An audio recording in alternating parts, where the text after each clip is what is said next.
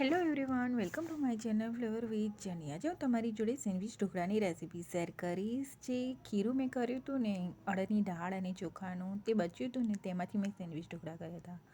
આ સેન્ડવિચ ઢોકળા એકદમ પોચા અને મસ્ત થાય છે અને ટેસ્ટમાં બહુ જ ફાઇન થાય છે. તો મેં કઈ રીતે કર્યા તે કહું તમને.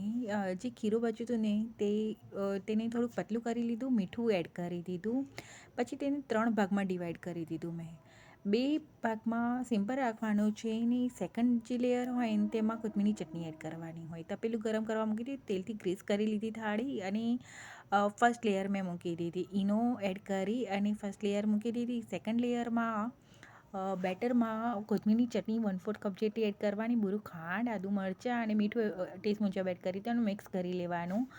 અને ફર્સ્ટ લેયર 5-7 મિનિટ માટે કરવાની, પછી એની પર સેકન્ડ લેયર એડ કરી દેવાની અને એની 5-7 મિનિટ માટે સ્ટીમ કરવાનું. પછી થર્ડ લેયર એડ કરી દેવાની ઉપરથી. એ બી ઈનો એડ કરી દીધું અને પછી ઉપરથી મેં મરીનો ભૂકો અને લાલ મરચું પાવડર સ્પ્રિંકલ કરી દીધું અને 10 મિનિટ માટે તેને સ્ટીમ થવા મૂકી દેવાનું. થઈ ગયું. પછી તેને નીકાળી અને ઠંડુ થાય પછી તેના પીસીસ કરવાના. ત્યાં સુધી તેના પીસીસ નહીં કરવાના. પીસ કરી પછી ધીમેથી તેને નીકાળી લેવાના.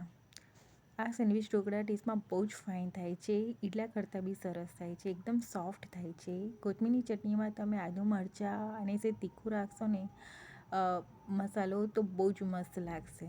બહાર કરતાં બી સરસ લાગે છે, એકદમ સોફ્ટ લાગે છે ને.